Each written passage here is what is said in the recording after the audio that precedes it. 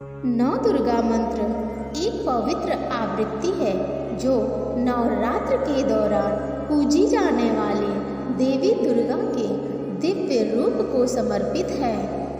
यह मंत्र प्राचीन हिंदू धर्म ग्रंथों से उत्पन्न हुआ है और शक्ति, स्थिरता और आध्यात्मिक विकास के लिए देवी दुर्गा के आशीर्वाद प्राप्त करने के लिए उपयोग किया जाता है।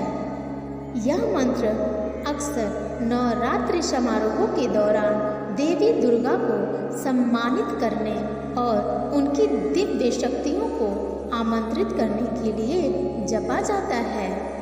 इसका स्रोत श्री मार्कंडेय पुराण है, जिसे ब्रह्मांड के निर्माता भगवान ब्रह्मा और ऋषि मार्कंडेय के बीच एक वार्तालाप कहा जाता है। ओम देवी कात्यायन्यै नमः।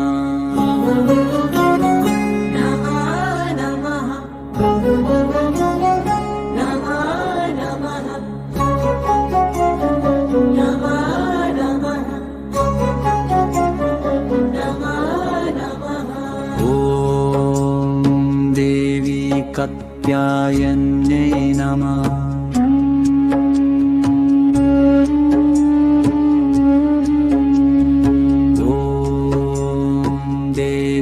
कात्यायन्यै नमः।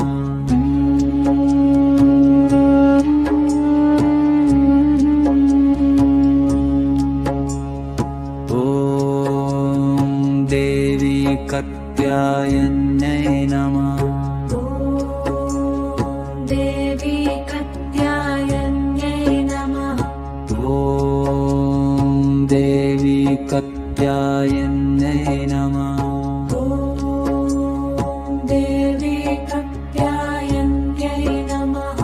ओम देवी कात्यायन्यै नमः।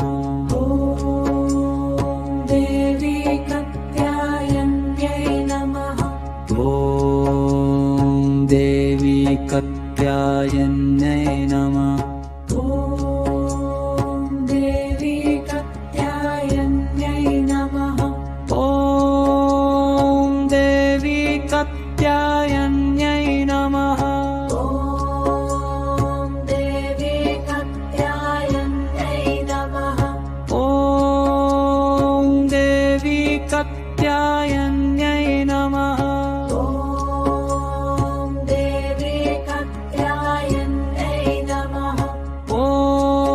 ओम देवी कात्यायन्यै नमः। ओम देवी कात्यायन्यै नमः। ओम देवी कात्यायन्यै नमः। ओम देवी कात्यायन्यै नमः।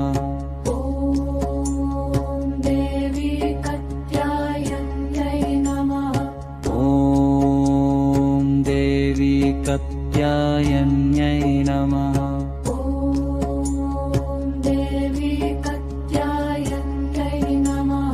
ओम देवी कात्यायन्यै नमः। ओम देवी कात्यायन्यै नमः।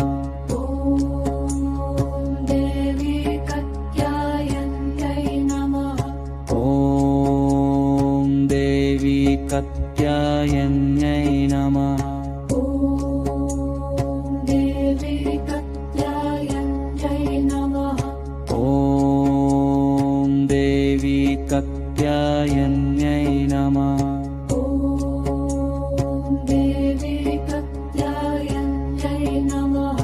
ओम देवी कात्यायन्यै